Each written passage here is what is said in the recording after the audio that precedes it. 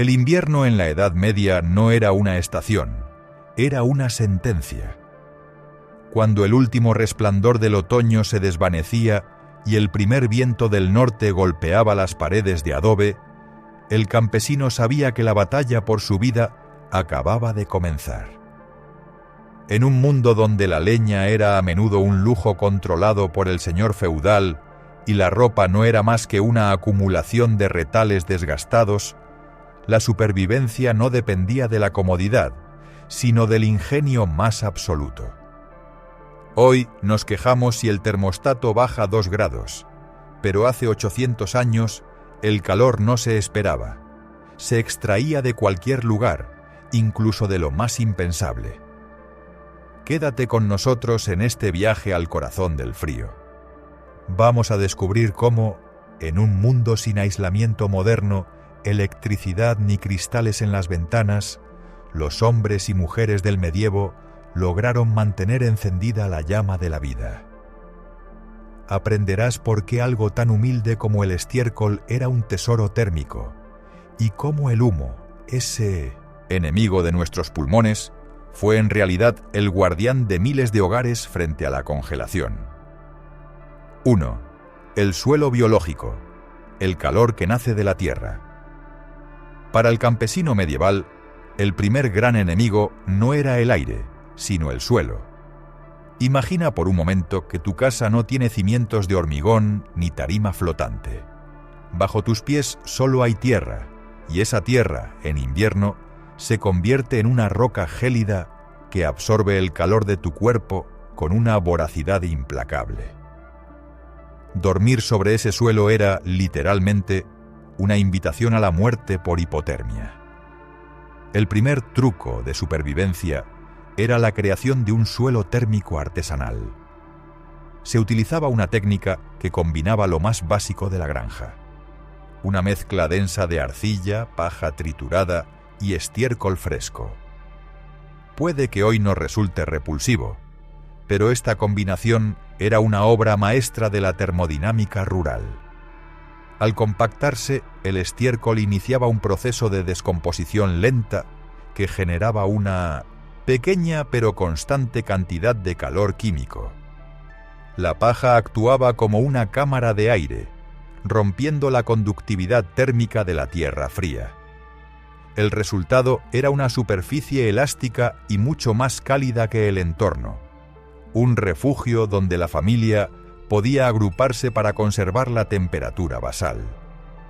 Este suelo no solo aislaba, sino que vivía con la casa. Durante el día, si un pequeño rayo de sol entraba por la puerta o si el hogar estaba encendido, esta masa de arcilla y materia orgánica actuaba como un acumulador de calor, soltándolo lentamente durante las horas más oscuras de la madrugada. 2. Los radiadores vivos, el calor de la sangre. En la jerarquía de una aldea medieval, la vaca, la cabra o el buey no eran solo ganado, eran sistemas de calefacción móviles. Uno de los trucos más efectivos y extendidos por toda Europa, desde las islas británicas hasta las estepas rusas, era compartir el espacio vital con los animales. En las viviendas más humildes no existía una separación clara entre el establo y la habitación familiar. Los animales de mayor tamaño se colocaban en un extremo de la cabaña, a menudo en un nivel ligeramente inferior o simplemente tras una valla de madera baja. Una vaca adulta emite una cantidad de calor corporal equivalente a un pequeño radiador eléctrico moderno encendido de forma constante. Al respirar y metabolizar su alimento, estos animales elevaban la temperatura de la estancia varios grados, los suficientes para que el aliento de los niños no se congelara al dormir. Esta simbiosis era total. El campesino alimentaba al animal con el heno recogido en verano y, a cambio, el animal mantenía al campesino con vida mediante su calor. Era una convivencia de olores fuertes y ruidos nocturnos, pero en las noches de tormenta, el calor animal era la única calefacción central que el dinero no podía comprar y que el señor feudal no podía arrebatarles. Es sobrecogedor pensar en esa intimidad forzada por la necesidad, donde el calor de una bestia era el único escudo contra el invierno. Si te apasiona descubrir cómo la voluntad humana se impone a las circunstancias más extremas, este es tu lugar. Te invito a suscribirte al canal y a activar las notificaciones. Tu apoyo es lo que nos permite seguir bajando a las trincheras de la historia para contarte la verdad de nuestros antepasados. 3. La Kurnaya Izba, o la casa de humo. Hoy gastamos fortunas en sistemas de extracción de humos y chimeneas perfectas, pero en gran parte de la Edad Media, el humo era un aliado. Muchas cabañas eran lo que se conocía como casas negras. Eran estructuras sin chimenea, donde el hogar estaba en el centro y el humo simplemente flotaba hacia el techo. ¿Por qué vivir en un ambiente tan irrespirable? El truco residía en la eficiencia térmica. Una chimenea es, en esencia, un agujero por el que se escapa el 80% del calor producido por el fuego. Al carecer de ella, el humo caliente se acumulaba en la parte superior de la cabaña, creando una densa capa de aire caliente que actuaba como un aislante extra bajo el techo de paja. Además, el hollín que se depositaba en las vigas y en la paja del techo tenía una función vital. Sellaba las pequeñas grietas contra las corrientes de aire y actuaba como un potente desinfectante natural, matando parásitos y hongos que habrían podrido la estructura en un invierno húmedo. Los campesinos aprendieron a vivir en la zona baja de la casa, sentándose o tumbándose en el suelo para respirar el aire más limpio, mientras sobre sus cabezas esa nube de humo negro mantenía la cabaña como un horno latente. Era un equilibrio peligroso para los pulmones, pero una victoria contra la congelación. 4. Ventanas de vejiga. El aislamiento translúcido. En la Edad Media, el vidrio era un material de ciencia ficción para un campesino. Tener una ventana de cristal era el equivalente actual a tener una pared de pantallas OLED. Algo impensable, pero el invierno no perdona, y un agujero en la pared, por pequeño que sea, es una herida por la que se desangra el calor de la casa. El truco para dejar pasar la luz sin dejar entrar la muerte era el uso de membranas orgánicas. Los campesinos utilizaban vejigas de buey o de cerdo, cuidadosamente limpiadas, estiradas y secadas. Al tensarlas sobre un marco de madera y frotarlas con sebo o grasa para hacerlas impermeables, obtenían una membrana translúcida. No podías ver el paisaje a través de ellas, pero permitían que una luz amarillenta y mortecina entrara en la cabaña, rompiendo la opresión de la oscuridad sin permitir que el viento helado barriera el interior. Esta piel animal actuaba como un doble acristalamiento primitivo, creando una barrera de aire que retenía los pocos grados de temperatura conseguidos con tanto esfuerzo. 5. El quizac. Combustible de emergencia. ¿Qué hacías cuando el señor feudal prohibía recoger leña en sus bosques o cuando las nevadas eran tan intensas que era imposible salir a buscar madera seca? Aquí entra en juego el quizac, un truco de supervivencia que ha salvado a pueblos enteros durante milenios. El quizac no es otra cosa que estiércol de ganado prensado con paja y secado al sol durante el verano. Estos ladrillos de desecho animal se apilaban cerca del fuego.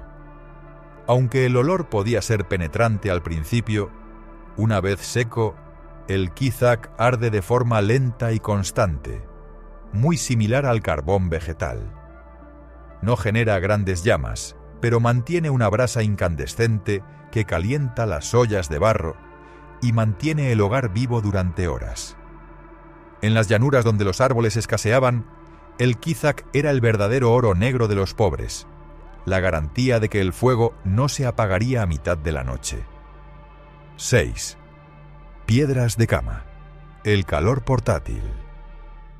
Dormir en una cabaña medieval era un ejercicio de resistencia. A pesar del suelo de arcilla y el calor de los animales, a medida que avanzaba la madrugada, la temperatura caía peligrosamente. El truco aquí era el uso de piedras de río. Piedras grandes, densas y lisas que se colocaban cerca de las brasas del hogar durante todo el día. Antes de dormir, estas piedras, que habían acumulado una cantidad enorme de energía térmica, se envolvían en trapos viejos o trozos de lana y se metían entre los colchones de paja. Actuaban como acumuladores de calor individuales. Colocar una de estas piedras calientes a los pies o cerca del pecho permitía mantener la temperatura corporal central en los niveles necesarios para que el cuerpo no entrara en shock. Era una tecnología sencilla, pero vital. La piedra devolvía durante la noche el calor que había robado al fuego durante el día. Es increíble cómo algo tan simple como una piedra o la vejiga de un animal marcaba la frontera entre la vida y la muerte. A veces olvidamos que nuestra tecnología actual es solo una versión refinada de estos instintos básicos de supervivencia. Si valoras este análisis profundo de nuestra historia, no olvides darle a me gusta. Es la mejor forma de decirnos que quieres más contenido sobre la vida real de nuestros antepasados. 7. El muro de paja. El abrigo de la casa. El aislamiento no solo se hacía por dentro, también por fuera. Un truco fundamental era el revestimiento invernal. Al llegar las primeras heladas, los campesinos apilaban fardos de paja o helechos secos contra las paredes exteriores de la cabaña, especialmente en el lado norte, por donde soplaba el viento más gélido. Esta capa extra de materia orgánica creaba una cámara de aire que impedía que el viento golpeara directamente el adobe o la madera de los muros. En casos de frío extremo, incluso se utilizaba la propia nieve. Aunque parezca contradictorio, la nieve compactada es un aislante excelente, como saben bien los constructores de iglús. Al cubrir los cimientos y la parte baja de las paredes con nieve, se evitaba que el viento filtrara aire gélido por las rendijas del suelo, manteniendo el interior en una temperatura constante, aunque fuera baja. 8. La calefacción interna. Potajes y grasas. El último truco de este bloque no tiene que ver con la casa, sino con el cuerpo. El campesino medieval sabía que para luchar contra el frío exterior necesitaba fuego interior. La dieta de invierno cambiaba drásticamente. Se buscaba el consumo de grasas pesadas y caldos densos.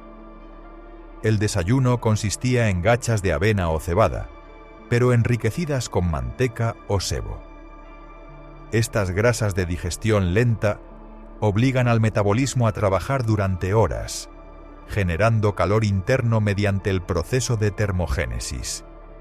Beber líquidos calientes constantemente, como infusiones de hierbas o cerveza tibia, no era un capricho, era una forma de mantener los órganos internos funcionando a una temperatura segura.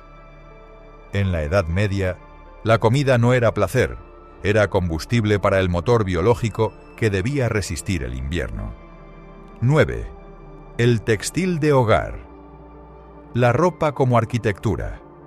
Para un campesino medieval, la ropa no era una cuestión de moda, era su última muralla. El truco número 9 reside en la estratificación extrema. Al no existir tejidos técnicos como los que usamos hoy, se aplicaba la lógica de capas de aire. Un campesino no llevaba una prenda gruesa, sino muchas capas de lino y lana basta, a menudo remendadas unas sobre otras hasta que la prenda original era irreconocible. Pero el verdadero secreto estaba en lo que se añadía entre esas capas. En los días de frío polar se introducía paja seca o incluso musgo entre la túnica y la piel. Estos materiales actuaban como un aislante térmico natural, atrapando el calor corporal y creando una cámara de aire que impedía que el frío exterior llegara a los órganos vitales. Además, el uso de grasa animal, sebo, en las botas de cuero y en las capas exteriores servía para impermeabilizar el tejido. Una ropa mojada en invierno era una condena a muerte. Mantener el cuerpo seco mediante el uso de grasa era el truco más rudimentario pero efectivo para evitar la congelación de las extremidades. 10. La solidaridad térmica. El calor de la comunidad. El último truco, y quizás el más humano, era la gestión del espacio y el grupo. En las noches más duras, el concepto de espacio personal desaparecía por completo.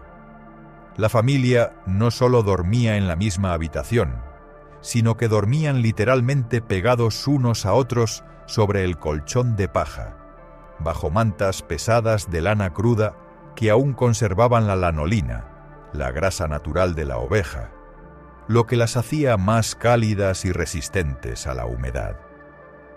Este agrupamiento no era solo por falta de espacio, era una estrategia de supervivencia biológica.